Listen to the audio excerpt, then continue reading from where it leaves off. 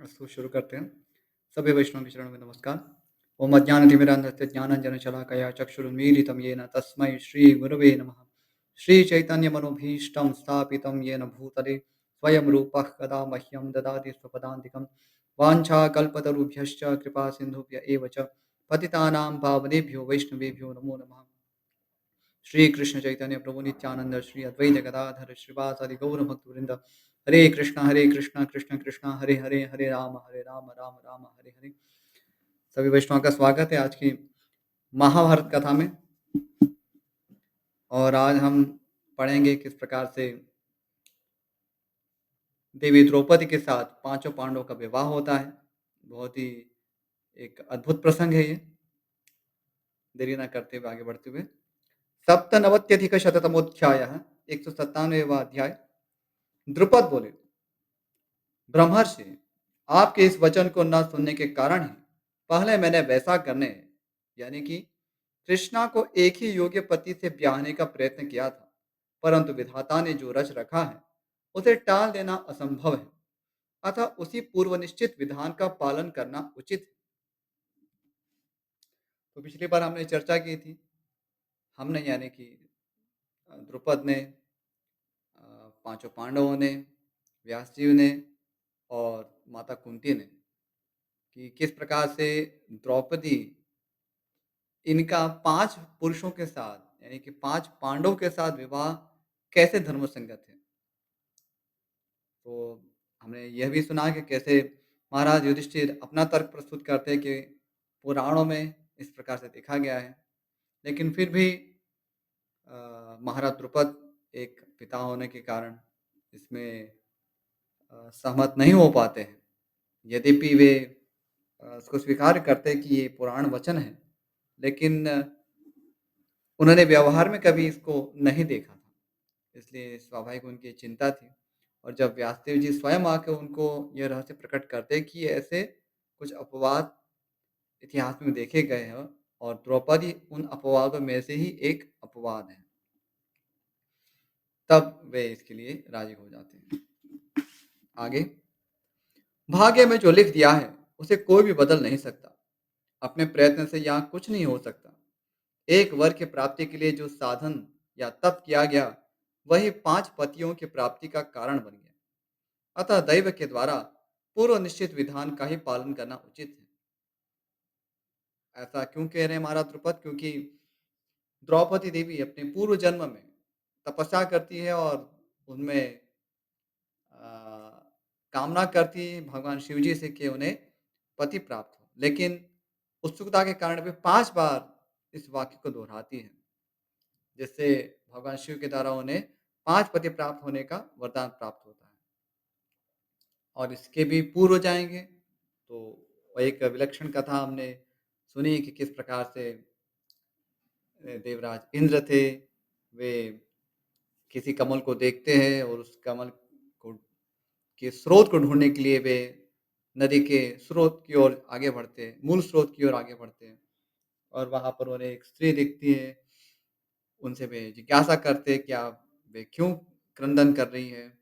और फिर वो उन्हें गुफ़ा की ओर ले जाती है, वहाँ पर उन्हें भगवान शिव और देवी पार्वती अ, का दर्शन होता है। और बहुत दीर्घ उस वो कथा है कि किस प्रकार से अ, अन्य जो इंद्र थे वे भी वहाँ उपस्थित थे और ये जो इंद्र हैं जो वहाँ पर गए थे, उनको भी वहीं रहने का आदेश प्राप्त होता है। और भगवान शिव के द्वारा ही वो निश्चित किया गया था कि यह जो स्त्री है, जो तरुण स्त्री है, जिसके कारण तुम यहाँ पर आए, तो ये इन सभी जो पाँचों इंद्र हैं, उनकी पत्नी के रूप में नियुक्त की गई है और ऐसा ही आगे होने वाला है। तो कई बार हम दैव के विधान को समझ नहीं पाते कि ऐसा क्यों हो रहा है, ऐसा होना ही नहीं चाहिए था, हमने सोचा भी नहीं था। यदि ऐसा हो जाता तो वैसा कर सकते थे, यदि वैसा हो जाता तो फिर ऐसा नहीं होता। ऐसे बहुत हम तर्क-वितर्क, कुतर्क लगा सकते हैं। लेकिन कई बार हमारे हाथ में वस्तुएँ नहीं होती और इसलिए हमें दैव का सम्मान भी करना चाहिए। पूरा इसलिए हम देखते हैं वैदिक समाज के जो लोग हैं, वे अधिक इस पे शोक नहीं करते, वे शोक मोह को प्राप्त नहीं होते। वे जो भी जीवन की परिस्थिति है उसको दैव समझ के उसको सहर्ष स्वीकार करते हैं। उदाहरणार्थ किसी को कोई आदि-व्याधि कुछ सता रही है, किसी भी कारणवश जो सामान्य रूप से लोगों में नहीं है, लेकिन किसी के घर में वो आन पड़ी है, तो उसको स्वीकार करेंगे। किसी के यहाँ अल्प वयस्क कोई बालक है, उसका मरण हो जाता है, तो भी उसको स्वीकार करते हैं। जिनका जो पति है, वो भी अल्प अवस्था में उनका निधन हो जाता है, उसको भी स्वीकार करते हैं। वैधव का दुःख जो है बहुत ही कष्टप्रद होता है, लेकिन उसको भी दैव का विधान समझ के ही सहर्ष स्वीकार किया जाता है कि हमारे कुछ कर्मों उसमें कारण रहे होंगे। गहना कर्मणों गति है क्योंकि हमने अपने पूर्व जन्मों में तो झाँक कर ना हम देख भी नहीं सकते हैं। तो इसलिए जो भी हुआ है, हम दैव का सम्मान करते हैं और हमें आगे का जीवन जो है और ज्ञान के अनुशीलन में हमें लगाना है। तो यही विचारधारा वैदिक समाज की रही है। साथ में जो अर्थ है, काम है, वो सब साथ में चलता रहता है, लेकिन धर्म के अनुकूल। ऐसा नहीं कि अभी पति मर गए तो चलो अभी हम पुनः विवाह करेंगे। ये जो विचार है कई बार समाज में बहुत प्रचलित है। कई ऐसे तथाकथित स्कॉलर या जो विद्वान एक दृष्टि से है, लेकिन आधुनिक विचारों से ग्रसित हैं। तो वे ऐसा मत प्रस्तुत करते हैं कि ये अ, जो विधवा पुनर्विवाह है, वो शास्त्र द्वारा सम्मत है। लेकिन वे बहुत बड़े असत्य का प्रचार कर रहे हैं और ऐसा करके समाज की कुसेवा कर रहे हैं। वस्तुतः अ, विधवा पुनर्विवाह इसका कोई स्थान नहीं है। जो अ, कारण बताया जाता है कि जिस कारण एक पत्नी एक कन्या का अन्य पति होना चाहिए। शास्त्र के किसी एक श्लोक को तोड़-मरोड़ कर वो एक अन्य अर्थ निकालते हैं। इसमें विधान ऐसा है कि पहले जैसे जल्दी विवाह हो जाते थे, लेकिन विवाह होने के पूर्व भी पहले कन्यादान हो जाता था। तो उस कन्यादान के समय यदि ज्ञात नहीं था कि पुरुष क्लीब है या उसमें कुछ त्रुटि है, ऐसा कुछ नहीं ज्ञात था। लेकिन बाद में उपस्थित हुआ और अभी विवाह नहीं हुआ है। यानी कि जो सप्तपदी की जो अ, प्रथा है, वो अभी तक उसका पालन नहीं हुआ है। तो उसके पूर्व यदि ज्ञात हो जाता है, तो फिर उस कन्या का अन्य पति हो सकता है। अब उस श्लोक को अन्य अनेक प्रकार से उसको लेते हैं। उसमें इसी श्लोक में आया था कि नष्टे मृते पति इसमें नष्ट हो जाए, तो फिर पतिरन्यो विधीयते, अन्य पति उसका वरण हो सकता है। लेकिन उस पति शब्द से किसका वर्णन हो रहा है, ये नहीं समझते। वो तो कन्यादान के समय की जो बात हो रही है। कन्यादान के समय जिसको पति के रूप में बताया, पति मतलब वस्तुतः अभी हुआ नहीं है, लेकिन कन्यादान हुआ है, जिसको हम आज के भाषा में इसको एंगेजमेंट हम बोलते हैं। तो एंगेजमेंट हुई है।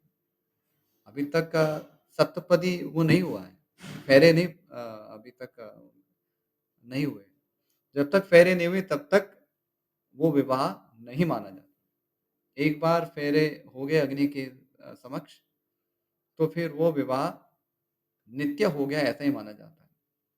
नित्य काल के लिए, शाश्वत काल के लिए, टेम्परेरी नहीं है। क्योंकि हम तो कोई भी टेम्परेरी वस्तु में विश्वास नहीं करते। तो वो नित्य रूप से वो अ, एक वो हम एक प्रण लेते हैं, एक प्रतिज्ञा लेते हैं। अब जो नित्य रूप से जो प्रतिज्ञा ली गई है, उसके लिए विषय में फिर ये विचार कैसे आएगा कि अब अन्य पति हो ही नहीं सकता। क्योंकि ऐसा है तभी तो एक पत्नी के लिए होता है ना कि पति के मृत्यु होने पर वे सहमरण करती थी। पति के साथ चिता पर वे चढ़ जाती थी। तो ऐसा उनके मन में भाव क्यों आएगा? जब जन्म-जन्मांतर के लिए हमें धर्म के लिए जुड़े रहना है। यह विचार नहीं होता, तो ऐसा विचार आता ही नहीं, ऐसी भावना उदित ही नहीं होती। तो ये विचार की दृष्टिकोण से भी देखें, तो जहाँ इतना उन्नत विचार हो कि हमें जन्मों-जन्मों तक हमें साथ देना है, वहाँ पर ऐसा घृणित विचार कैसे आएगा कि अब आप नहीं तो और कोई? ऐसा नहीं है। ये वस्तुतः अधर्म है। अब समाज में आजकल जो स्थिति उत्पन्न हो रही है कि अ, भाई कोई चाहता था, नहीं चाहता था या चाहती थी या नहीं चाहती थी। लेकिन किसी भी कारणवश हम तो अच्छे थे लेकिन फिर भी सामने वाले पात्र ने हमें धोखा दे दिया, कहीं भाग गए या भाग गई, किसी कारण ऐसी परिस्थिति आ गई, अब क्या करें? वस्तुतः आदर्श तो है कि एक विरक्त का जीवन जीना चाहिए और यदि ऐसी परिस्थिति नहीं है किसी प्रकार से, तो लोग अ, वैसा होना चाहिए। राजा का एक कर्तव्य इसको देखना चाहिए कि जो ऐसे निराश्रित लोग हैं उनको स्थान प्रदान करें। तो पहले तो पारिवारिक स्तर पे उसका समाधान करना चाहिए और यदि नहीं है तो यथासंभव हम ऐसे संग में रहें कि जहाँ पर हमें दोष प्राप्त ना हो। हमारा कोई जैसे विशेष रूप से स्त्री के लिए है, तो उनका अ, उन उनकी जो पवित्रता है वो नष्ट ना होने पाए, ऐसा हमें ऐसी व्यवस्था सोचनी चाहिए समाज के लोगों के द्वारा। अब आज आज का लोग ऐसा सोच लेते हैं कि अभी क्या होगा, जीवन तो बहुत कठिन हो जाएगा, चलो अभी तो हम कैसे करके किसी पुरुष को हम दे देते हैं, उसको भी तो ऐसी आवश्यकता होगी। कुछ ऐसे पुरुष भी होते हैं, तो हम ऐसा सेटिंग कर लेते हैं कि इसको भी आवश्यकता है, उसको भी आवश्यकता है। लेकिन वो ऐसा है कि आप महान किसी अधर्म में गिरने वाले थे, उसे थोड़ा-सा छोटे वाला अधर्म कर रहे हैं। लेकिन वस्तुतः वो भी अधर्म ही है। तो अभी किसी को प्रश्न हो सकता है कि ब अभी तो गिर गए हैं ऐसे अधर्म में, अभी क्या करें? तो ठीक है, अभी जो भी है, भगवत भक्ति के मार्ग पे लग जाएँ। जैसे भी है, क्योंकि अल्टीमेटली तो हम जो भी है, पास में है, दूर है, किसी भी अवस्था में सभी का प्रयोजन तो यही है कि हम भगवत भक्ति करें। तो भगवत भक्ति में यदि डूबे हुए, तो फिर वो दोष इतना हमें प्रभावित नहीं करेगा। लेकिन यदि भगवत भक्ति हमारा उद्देश्य नहीं है, तो और हमसे अधर्म होने की संभावना है और उसका फल हमें भोगना भी पड़ेगा। तो भगवत भक्ति में लग जाए, निमग्न हो जाए, डूब जाए उसमें, यही एकमात्र उसका उपाय है। अस्तु, तो यहाँ पर महाराज द्रुपद एग्री हो जाते हैं कि ठीक है, मैं पहले तैयार नहीं था लेकिन अभी दैव ही ऐसा है तो क्या कर सकते हैं। तो दैव के विधान को हमें सम्मान करना चाहिए। हमें उसमें उस पे कुतर्क नहीं करने चाहिए कि नहीं अभी तो हम और कुछ कर लेते हैं। नहीं, दैव को हम नहीं मानेंगे, कैसे भी करके हम और कुछ निकालेंगे। तो पुरुषार्थ का अपना स्थान है, लेकिन जब पुरुषार्थ करने के बाद भी जब दैव उपस्थित हो ही जाता है, तब उसको स्वीकार करना चाहिए। जैसे कई लोग हैं जो बूढ़े हो जाते हैं लेकिन भगवत भजन के प्रति उनकी निष्ठा होती ही नहीं। पारिवारिक कार्य करने के प्रति उनकी बस इतना उसमें निष्ठा लगी रहती है कि नहीं, अभी तो बहुत कुछ करना बाकी है, अभी तो बहुत कुछ करना बाकी है। क्या करना बाकी है? क्या हमारे कारण ही संसार सब कुछ चल रहा है क्या? तो वो प्लानिंग होना चाहिए कि हमें एक समय पर इसको छोड़ना है। ये पारिवारिक कार्य वो तो कभी समाप्त होने वाले नहीं। और जब हम नहीं थे संसार में, तब भी तो संसार चल ही रहा था। तो ऐसा क्या हो जाएगा कि जब हम नहीं होंगे तो संसार नहीं चलेगा? तो हमें भगवत भजन के लिए ये संकल्प, ये व्रत, ये तपस्या लेनी होगी। इसी को तो तपस्या कहते हैं, नहीं तो तपस्या क्या रहा? सब कुछ यदि आराम से चल रहा है, तो तपस्या क्या रहा? तो अ, वृद्धावस्था में जहाँ पर अभी हमारे अभी पारिवारिक कर्तव्य अभी बहुत कम बचे हैं, यानी दूसरे बच्चे यानी कि घर में ऐसे अन्य मेंबर्स हैं, तरुण मेंबर्स हैं जो अ, घर की जो व्यवस्था है वो देख सकते हैं। तो फिर अभी हमें अधिक भगवत भजन में लगना चाहिए। ऐसी व्यवस्था सोचनी चाहिए, उसके लिए प्लानिंग करना चाहिए। अभी होता क्या है कि उसके लिए कोई प्लानिंग नहीं है और अभी ऐसी नौबत आ गई है कि अभी क्या करें? अब तो निकल भी नहीं सकते, इच्छा करेंगे तो भी नहीं कर सकते।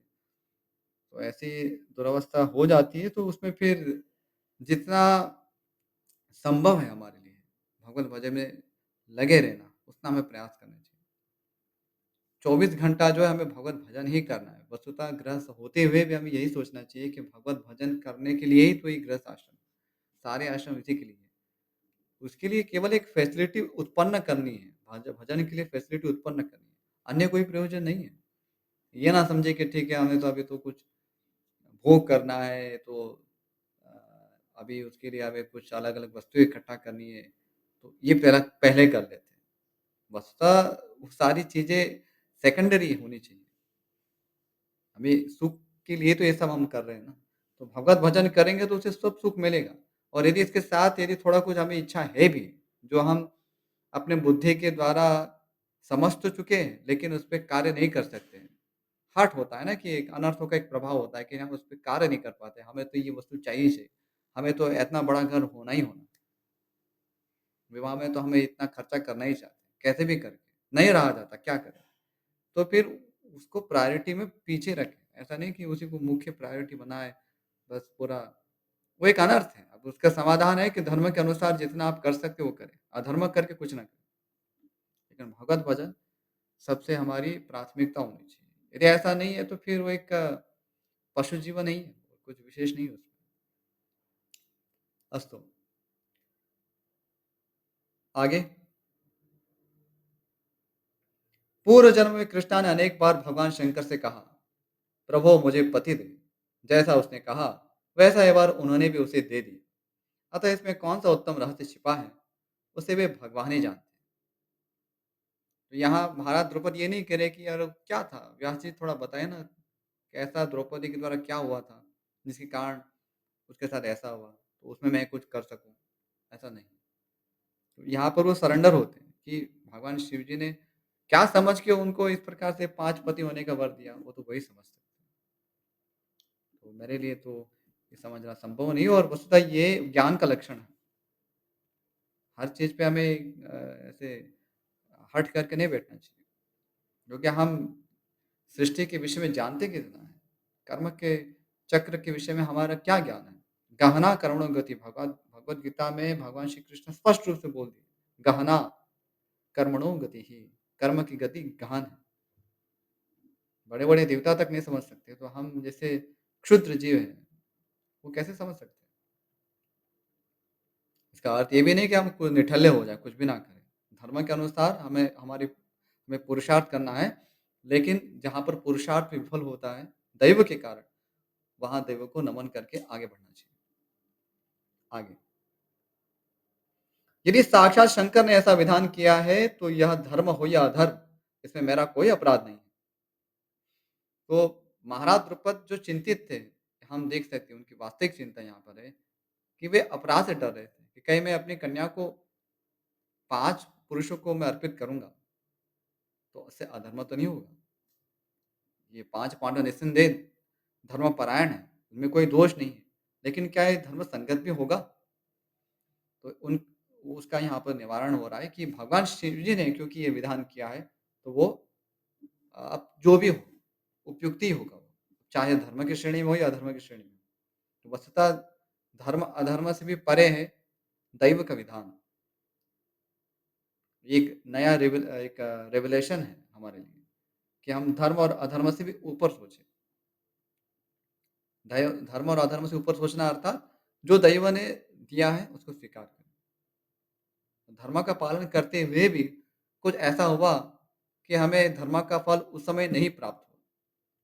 जैसे हम यहाँ देखते हैं पांडवों की जो जिस प्रकार से जीवन गाथा आगे बढ़ती है, तो द्रौपदी देवी एक बार बहुत विचलित हो जाती है। वे महाराज युधिष्ठिर को कोसने लगती है कि आप क्यों प्रतिशोध नहीं ले रहे दुर्योधन के प्रति? क्यों ऐसे शांत भाव मुनि की तरह बैठे हुए हैं? लेकिन वहाँ पर महाराज युधिष्ठिर उन्हें समझाते हैं, हमारी जो भी परिस्थिति है उसको हमें दैव समझ के इसको स्वीकार करना है। हम अ, अधर्म करके कोई पुरुषार्थ नहीं प्रकट करेंगे। यद्यपि भीमसेन उनको प्रेरित करता है कि क्या 14 साल राह देखने की ज़रूरत है। इस अधर्मी के साथ तो अधर्मी सही, अभी जाते हैं और उसको सब नष्ट कर देते हैं। लेकिन महाराज युधिष्ठिर कहते हैं कि हम पुरुषार्थ प्रकट करेंगे, लेकिन उसका एक समय होगा, अधर्म करके नहीं, क्योंकि मैंने प्रतिज्ञा ली है कि और मैं उस प्रतिज्ञा से बंधा हुआ हूँ। तो मुझे 14 वर्ष सॉरी जो 13 वर्ष है, 12 वर्ष जो वनवासी और 13 वर्ष 13वाँ साल जो अज्ञातवास है, उसको पूर्ण करने के बाद ही मैं अपना पुरुषार्थ प्रकट करूँगा। अस्तु, ये पांडव लोग विधि पूर्वक प्रसन्नता से इसका पानी ग्रहण कर विधाता ने ही कृष्णा को इन पांडवों की पत्नी बनाया। वैश्व पाजे कहते हैं जन्मेजय, तदनंतर भगवान व्यास ने धर्मराज युधिष्ठिर से कहा, पांडुनंदन, आज तुम लोगों के लिए पुण्य दिवस है। आज चंद्रमा भरण पोषण कारक पुष्य नक्षत्र पर जा रहे हैं, इसलिए आज पहले तुम्हें कृष्णा का पानी ग्रहण करो। तो सबसे पहले आदेश दिया जा रहा है धर्मराज युधिष्ठिर को कि आज के दिन आप अ, कृष्णा का पानी ग्रहण करें। तो जो भी संस्कार है, तो आप विवाह संस्कार है, आप पहले संपादित करें, क्योंकि पहले ज्येष्ठ का अधिकार होता है, अनुजों का बाद में होता है, उनका विवाह बाद में होता है, इसलिए उसी क्रम से यहाँ पर बताया जा रहा है। व्यास जी का यह आदेश सुनकर पुत्रों सहित राजा द्रुपद ने वर वधु के लिए कथित समस्त उत्तम वस्तुओं को मंगवाया और अपनी पुत्री कृष्णा को स्नान कराकर बहुत से रत्नमय आभूषणों द्वारा विभूषित किया। तत्पश्चात राजा के सभी सुहृद संबंधी, मंत्री, ब्राह्मण और पूर्ववासी अत्यंत प्रसन्न हो विवाह देखने के लिए आए और बड़ों को आगे करके बैठे। तदनंतर राजा द्रुपद का वह भवन श्रेष्ठ पुरुषों से सुशोभित होने लगा। उसके आंगन को विस्तृत कमल और उत्पल आदि से सजाया गया। वहां एक ओर सेनाएं खड़ी थी और दूसरी ओर रत्नों का ढेर लगा था। इससे वह राजभवन निर्मल तारकाओं से संयुक्त आकाश की भांति विचित्र शोभा धारण कर रहा था। इधर युवावस्था से संपन्न कौरव राजकुमार पांडव वस्त्राभूषणों से विभूषित और कुंडलों से अलंकृत हो अभिषेक और मंगलाचार करके बहुमूल्य कपड़ों एवं केसर चंदन से सुशोभित हुए। तब अग्नि के समान तेजस्वी अपने पुरोहित धौम्य जी के साथ विधि पूर्वक बड़े छोटे के क्रम से वे सभी प्रसन्नता पूर्वक विवाह मंडप में गए, ठीक उसी तरह जैसे बड़े बड़े सांड गौशाला में प्रवेश करें। ये सांड के साथ उनकी क्यों तुलना की जा रही, क्योंकि बहुत ही महाकाय थे, पराक्रमी थे। तत्पश्चात वेद के पारंगत विद्वान मंत्रज्ञ पुरोहित धौम्य ने वेदी पर प्रज्वलित अग्नि की स्थापना करके उसमें मंत्रों द्वारा आहुति दी और युधिष्ठिर को बुलाकर कृष्णा के साथ उनका गठबंधन कर दिया। वेदों के परिपूर्ण विद्वान पुरोहित ने उन दोनों दंपति का पाणी ग्रहण कराकर उनसे अग्नि की परिक्रमा करवाई। फिर अन्य शास्त्रोक्त विधियों का अनुष्ठान करके उनका विवाह कार्य संपन्न कर दिया। इसके बाद संग्राम में शोभा पाने वाले युधिष्ठिर को छुट्टी देकर पुरोहित जी भी उस राजभवन से बाहर चले गए। इसी क्रम से कौरव कुल की वृद्धि करने वाले, उत्तम शोभा धारण करने वाले महारथी राजकुमार पांडवों ने एक एक दिन परम सुंदरी द्रौपदी का पाणी ग्रहण किया। तो एक एक दिन छोड़ के इस प्रकार से पाणी ग्रहण किया था। देवर्षि ने वहां घटित हुई इस अद्भुत, उत्तम एवं अलौकिक घटना का वर्णन किया है कि सुंदर कटि प्रदेश वाली महानुभावा द्रौपदी प्रतिवार विवाह के दूसरे दिन कन्या भाव को ही प्राप्त हो जाती थी। तो यहाँ द्रौपदी के विषय में एक विशेष यहाँ पर एक वरदान कार्य कर रहा है, जिसके कारण वे पुनः कन्यात्व को ही प्राप्त हो रही है।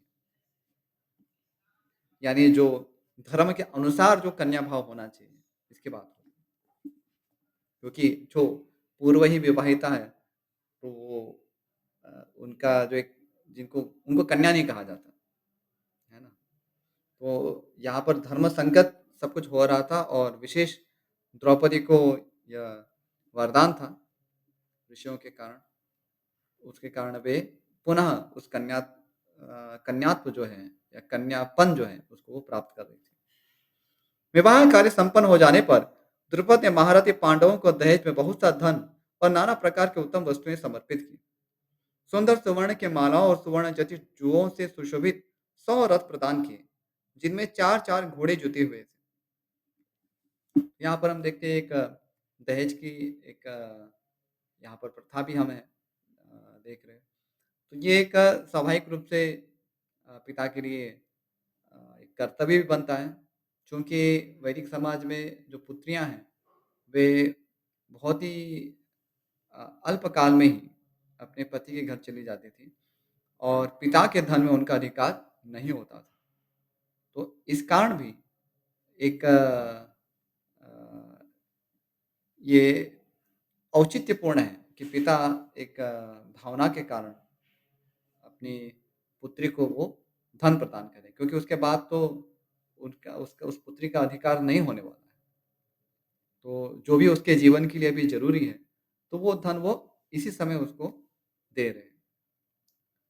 एक धर्म के अनुसार भी ठीक है, भावना के अनुसार भी ठीक है और तर्क के अनुसार भी ठीक ही जान पड़ता है। क्योंकि उत्पन्न तो सभी संतान हैं और वो अभी चली जाने वाली है और फिर धर्म के अनुसार उसका अधिकार नहीं रहने का, तो अभी उसको दे देते हैं, जिससे उसका अभी जीवन की शुरुआत होगी। तो यहाँ पर वो इतना क्षुद्र विचार नहीं है कि अ, कुछ देना पड़ेगा और एक क्या एक प्रतिष्ठा का विषय हम जो बना लेते हैं। तो ऐसा नहीं है, वो एक भावना का भी प्रश्न है और साथ में धर्म के अनुसार भी उपयुक्त ही है। क्योंकि जब आप कोई एक नया जीवन शुरू कर रहे हैं, विशेष रूप से दंपति के रूप में, तो ठीक है, अपने पिता के पास अ, यानी वर-वधू है, उनका अपने जो परिवार जब है, तो उनके पास कुछ संचित धन हो सकता है। लेकिन अंडरस्टूड है कि जब जीवन की नई शुरुआत कर रहे हैं, तो तब उनके पास खुद का भी एक धन हो। तो एक तर्कसंगत ही है, ऐसा कुछ उसमें विरोध युक्त नहीं है। कई बार हम उसको इतना बड़ा विषय बना लेते हैं कि नहीं हम तो उसमें विश्वास ही नहीं करते दहेज में ऐसा-वैसा। ऐसा नहीं इट्स मोर और लेस कॉमन सेंस कि अभी जिस किसी के जीवन की शुरुआत होने वाली है so we should happily give उसमें जहाँ दोष कहाँ होता है कि हम फिर उसके कारण किसी का विवाह नहीं हो रहा है। तो उसके लिए फिर समाज के जो दूसरे वर्ग हैं उनको ये व्यवस्था देखनी चाहिए। जो उदार चेता कुछ अ, लोग हैं जिनके पास भगवत कृपा से धन है, तो उन्हें जिनको इस प्रकार की समस्या है, भाई जिनके जीवन की शुरुआत करने के लिए उनके पास धन नहीं है, तो सहायता उसमें करनी चाहिए। लेकिन नहीं ही देना है, विवाह में ये इसका कुछ स्थान ही नहीं हो सकता, ऐसा दुराग्रह रखने की ज़रूरत नहीं है। ये कॉमन सेंस है।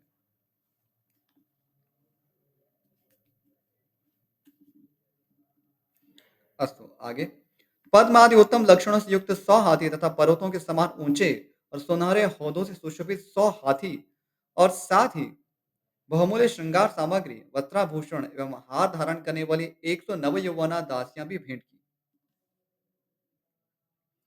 सुमुख वंश में उत्पन्न महान भाव राजा द्रुपद ने इस प्रकार अग्नि को साक्ष्य बनाकर प्रत्येक सुंदर दृष्टि वाले पांडवों के लिए अलग अलग प्रचुर धन तथा प्रभुत्व सूचक बहुमूल्य वस्त्र और आभूषण अर्पित किए। विवाह के पश्चात इंद्र के समान महाबली पांडव प्रचुर रत्न राशि के साथ लक्ष्मी स्वरूपा द्रौपदी को पाकर पांचाल राज द्रुपद के ही नगर में सुखपूर्वक व्यवहार करने लगे। राजन सभी पांडव द्रौपदी की सुशीलता, एकाग्रता और सद्व्यवहार से बहुत संतुष्ट थे और द्रौपदी को भी संतुष्ट रखने का प्रयत्न करते थे। इसी प्रकार द्रुपद कुमारी कृष्णा भी उस समय अपने उत्तम नियमों द्वारा पांडवों का आनंद बढ़ाती थी। तो द्रौपदी भी बहुत ही कुशल थी अपने अपने धर्म पालन करने के लिए उनको ऐसा प्रशिक्षण दिया गया था, इसलिए वे जानती थी और वे भगवान की विशुद्ध भक्त थी, इसलिए निस्संदेह उनमें बहुत ही अद्भुत गुण थे। आगे ये वर्णन आता है कि जब एक बार सत्यभामा भगवान श्री कृष्ण के साथ जब वो उनसे भेंट करती है, तब सत्यभामा विनोदपूर्ण रूप से पूछती है कि आप ऐसा क्या करती हैं कि जिससे आपके पाँचों जो पतिदेव हैं, वो आपके वश में रहते हैं? तो वस्तुतः वो एक सखियों में विनोद था, लेकिन वे जानना भी चाहती थी कि ऐसा वो क्या करती हैं? और उसके बाद द्रौपदी देवी उन्हें थोड़ा-सा उलाहना देते हुए बताती है कि मैं ऐसा कोई तंत्र-मंत्र नहीं करती हूँ, जिससे मेरे पति मेरे वश में रहें। लेकिन मैं निज स्त्री धर्म का पालन करती हूँ, जिससे मेरे पति सदैव मुझसे संतुष्ट रहते हैं। और इसी से धर्म का फिर वहाँ प्रसंग प्रसंग के रूप में वर्णन होता है। तो हमारे लिए वो एक शिक्षाप्रद है। माताओं के लिए बहुत ही शिक्षाप्रद है वो जो प्रसंग जो आता है। अस्तु तो यहीं पर विराम करेंगे इस विषय में। यदि कोई प्रश्न है, जिज्ञासा है तो पूछ सकते हैं। जी शायद बृहन का प्रश्न है। जी बृहन। हरे कृष्णा प्रभु जी, प्रणाम। हरे कृष्णा, प्रणाम। कहिए। प्रभु जी, आप विवाह के विषय में कुछ धर्म और अधर्म बोल रहे थे फर्स्ट में, तो वो अच्छे तरीके से मुझे समझ में नहीं आया। अब कौन-सा अंश आपको समझ में नहीं आया, उसके आधार पर ही कुछ उत्तर देने का प्रयास कर सकता हूँ। जहाँ तक मुझे स्मरण है कि जो विवाह है, वो सामान्य रूप से जो स्त्री है उसका एक पुरुष होता है, एक पति होता है। तो यही सामान्य रूप से देखा जाता है। एक स्त्री के अनेक पति हों, ऐसा सामान्य रूप से नहीं देखा जाता। और जो भी इतिहास में जैसी घटनाएँ हुई हैं, जहाँ पर एक स्त्री के अनेक पति हो, वो एक अपवाद था। अपवाद का अर्थ है कि वो कभी नियम नहीं था। तो जो नियम होता है, उसी का हमें पालन करना होता है। और महाराज द्रुपद की जो चिंता थी कि ऐसा अपवाद वो अपने पुत्र के विषय में कैसे देख सके? अब देखिए सामान्य रूप से जो नियम होता है, उसी का सभी पालन करते हैं। राजा के लिए भी वही पालन ही होता है।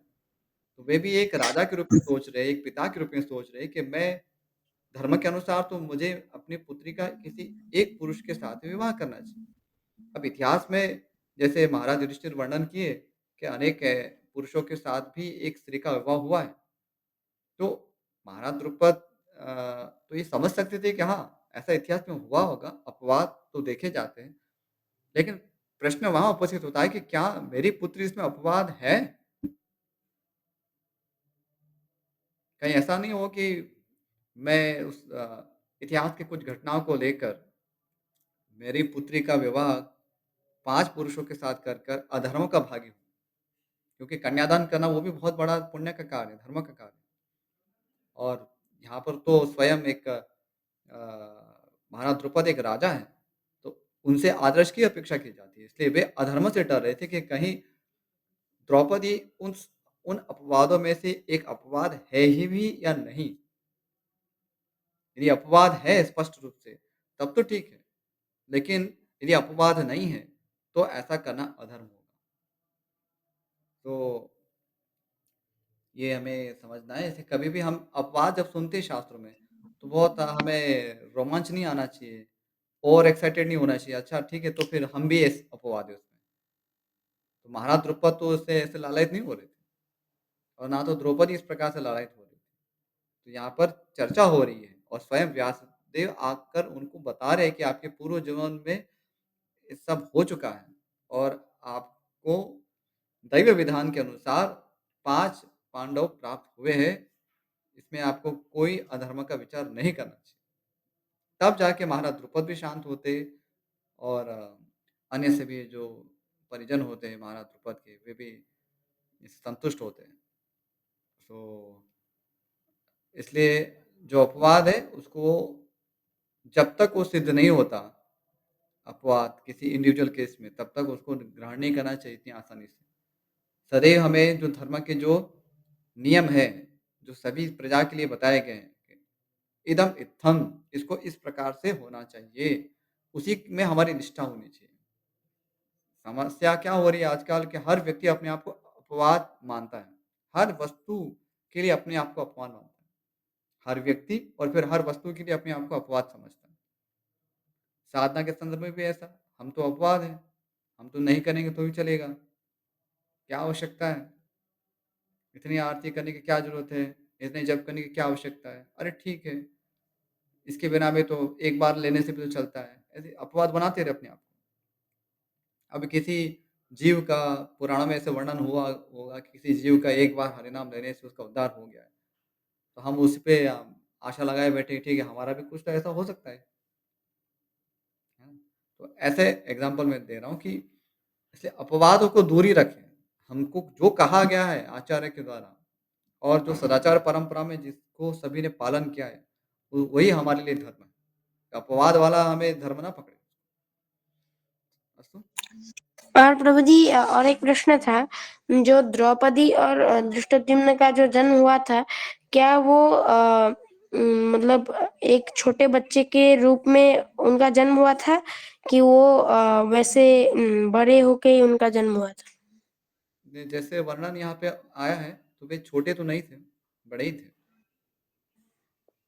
बड़े थे मतलब आकार बड़ा था। ऐसा ना था कि एकदम जैसे शिशु की तरह से गोदी में प्राप्त हुए, ऐसा नहीं था। और चूँकि दृष्टद्युम्न के रूप का वर्णन आ रहा है, उनके और तुरंत वे रथ पे चढ़ जाते हैं, ये भी वर्णन आता है।